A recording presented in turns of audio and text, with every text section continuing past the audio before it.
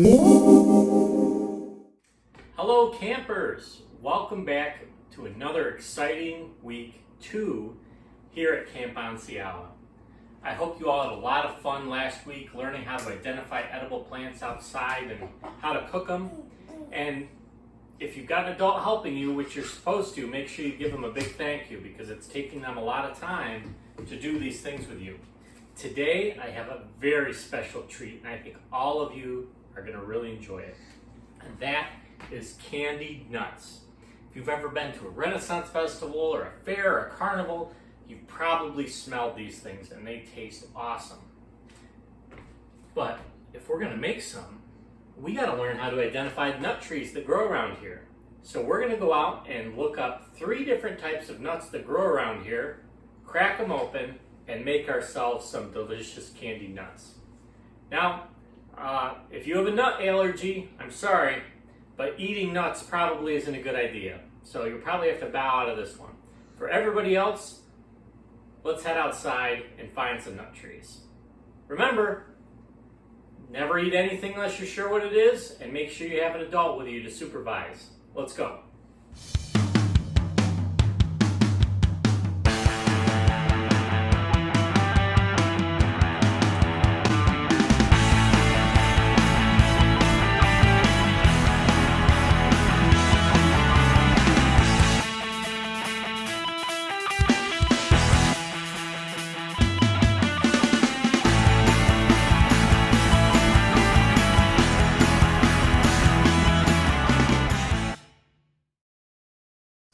Hey guys, we're in a black walnut grove right now. Take a look.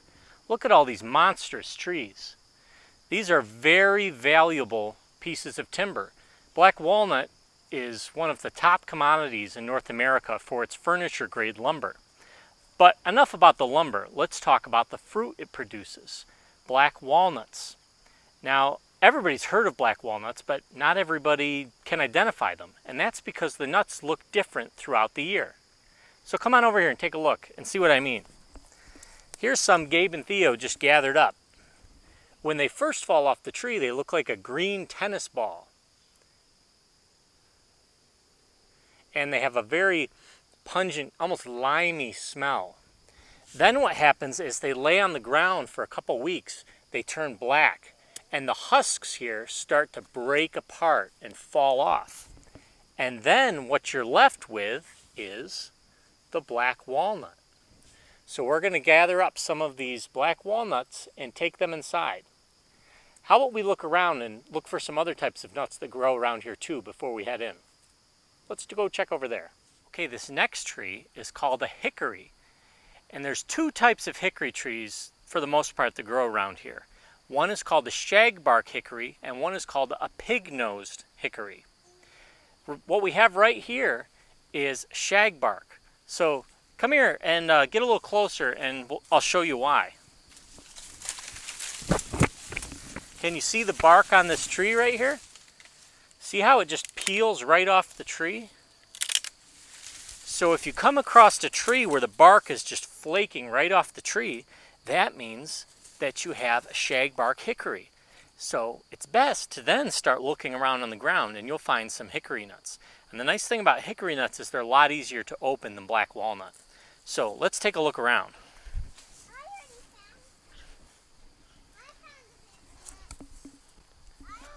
I found one right here, but it looks like a squirrel already got to him. Those are black walnuts. I found one that a squirrel got too. Oh, here's one right here. I got one too, Dad. So we need to find a few more of these hickories before we leave. It's still a little early. The hickories are going to start dropping in about another week or 2. So, but I think we can still find a few around here. We have to find more hickories. Okay guys, come on close. Here's some hickories that are growing and just getting ready to fall. And they almost look like little pumpkins, don't they? Now, just like with black walnuts, what you're seeing, this green part here, is the husk. So we're going to have to remove this husk to get to the nut. So let's just pop a few of these off. And and we'll take these little teeny green pumpkins inside and I'll show you how to get the husks off them. But before we do that, let's go find one more type of nut that grows around here. Okay, here's our last tree for the day. This is called a hazelnut. And you'll notice this isn't really a tree like the black walnut or the hickory. This is more of a bush. But if you come up close, you can see that it is absolutely covered in these little sticky husks of hazelnuts. Now hazelnuts, you never want to harvest them when they're green like this. What you got to do is you got to either look on the ground or you got to find ones that are completely brown on the tree. And if you look right here, here's one right here that's ready to be harvested. So I'll just pop that off so you can get a look. So when they turn brown, that means the husk's ready to fall off, and it leaves you with one of these nice hazelnuts right here. So let's see if we can find any more over here. I see a lot of green ones. Oh, here's one. See how it's nice and brown and almost looks like a brown leaf? We'll pop that off, and you'll see right here that it's peeling back so that this nut can fall out and grow a new tree. And it just pops right out, just like that. And there's our hazelnuts. So now that we have our 3 nuts, let's go inside. And don't worry, if you can't find any of these trees, I'll show you how you can participate even if you can't find any nuts out in the wild. Let's go. Our nuts. Let me show you how you crack them open. You're going to need a little nut cracker. So here's 2 of our little pumpkins. Now remember, they're not quite ready to crack if they're green. So here's what they look like once they dry out. Come on in a little closer. So this is our hickory nut. And so we got to pop the husk off, and we can do that by just putting it in the nutcracker a little bit, giving it a little squeeze. There we go. And you'll see that the inside is filled with this, it's called meat, nut meat. So we'll just crack that, and then we can put the meat right into the bowl. Just like that. And then it's the same thing for our hazelnuts here. We don't want to crack them so they explode, so we just want to put a little pressure on them until we hear them pop. And then you open them up, and you see there's the nut right there. So that's the part that you eat. Got one more hazelnut here. Now I can't show you how to do the black walnut because Gabe and Theo absconded with it, and I don't know where they put it.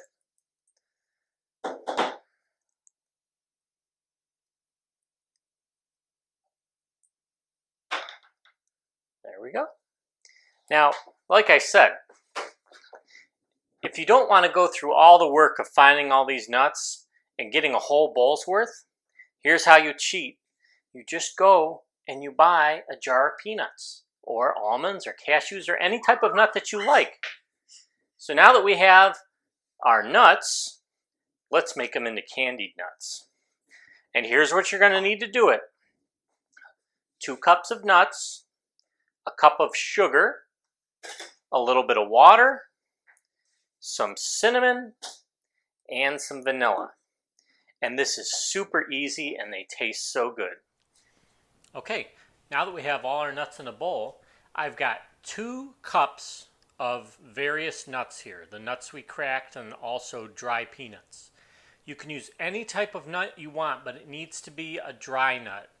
For example, you couldn't use honey roasted nuts. You don't want anything with sugar or trying to think other types of nuts they have. Basically salt or plain is what you need, because otherwise it won't bond the sugar correctly to it.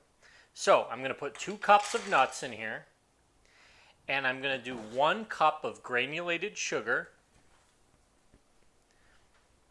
and 1/3 of a cup of water. And I've also got some vanilla and some cinnamon here, but we're not going to put those in yet. So once we have all of this in, we're going to go put it on the stove. Have your adult put it at medium heat and set it on there. And we're just going to mix it all around.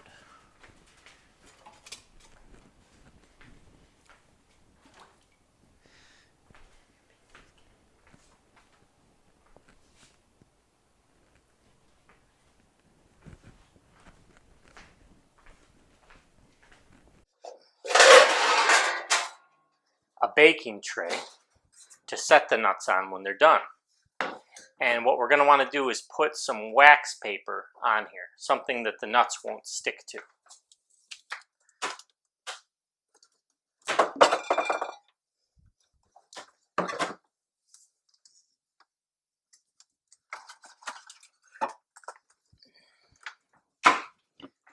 If you don't have wax paper, you could use tinfoil. That'll work too. But wax paper works really nice. Watch out for babies crawling in your kitchen. They can get in the way. And we're going to mix all the peanuts into that water and sugar there.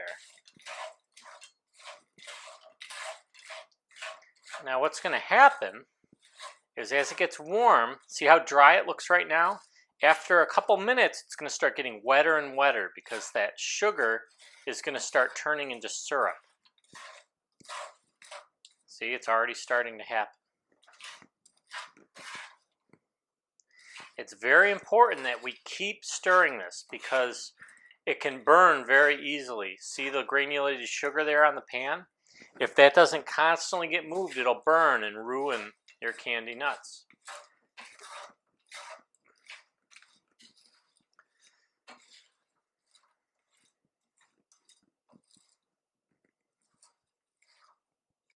Okay, so you're basically going to have to stand here for about 10 minutes and slowly, periodically keep coming in and just moving the nuts around so they don't burn.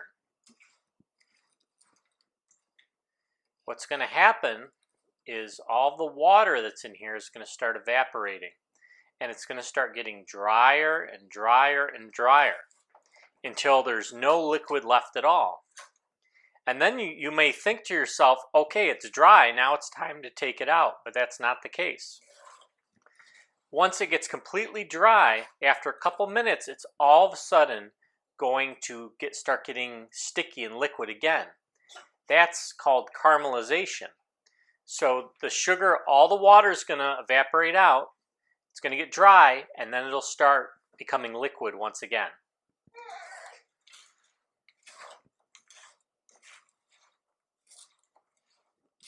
I've been stirring for about 5 minutes. Come on in and take a look.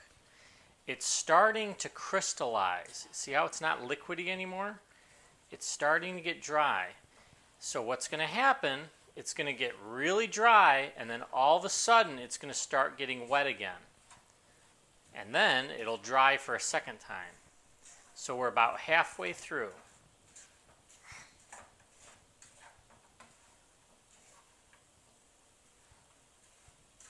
And now that there's no liquid left, it's very important that you keep stirring because it'll burn very easily.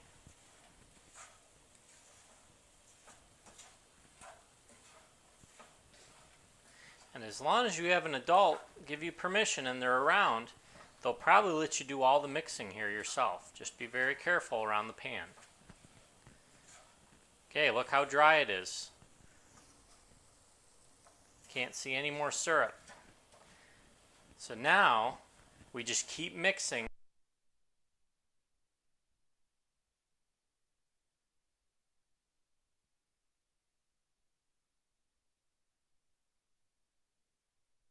What it's getting again? That's because they're caramelizing now. So that's what's going to give them their nice candy coating. If you take it out before it caramelizes, they will just be a sticky mess. But if the sugar has time to heat up, liquefy, and caramelize, then it'll be a hard candy coating.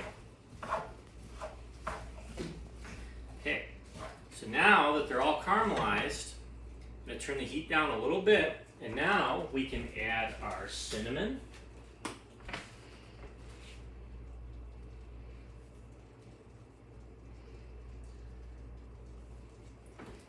and our vanilla. Put in about 2 tablespoons, but I'm just gonna use the cap here.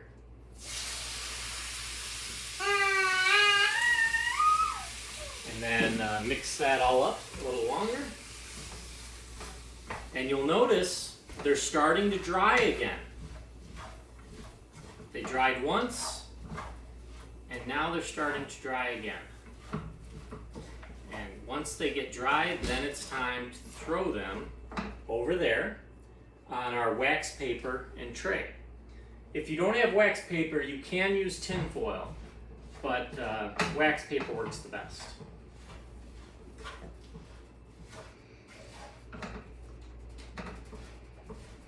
They smell really good.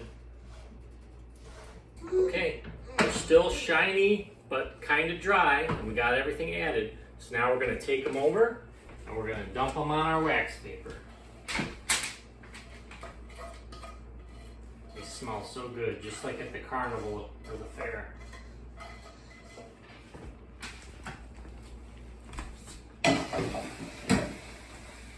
So then what we're going to do is take our spoon and we're going to spread them out and let them dry.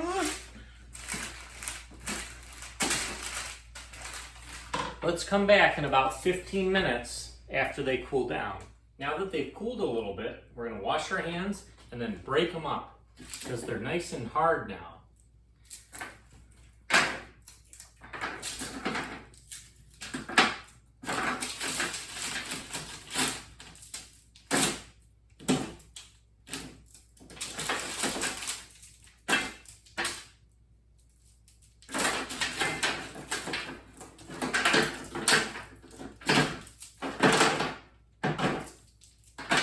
You may have to break them up a couple different times as they cool. Maybe we'll try a couple while they're cooling.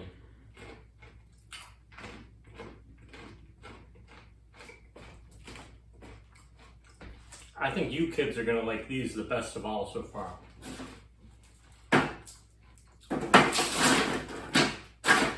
And as they cool down and you break them all up, you can either eat them all in one sitting and, maybe have a huge sugar crash, or you could share them with the adult that helped you or your siblings or friends.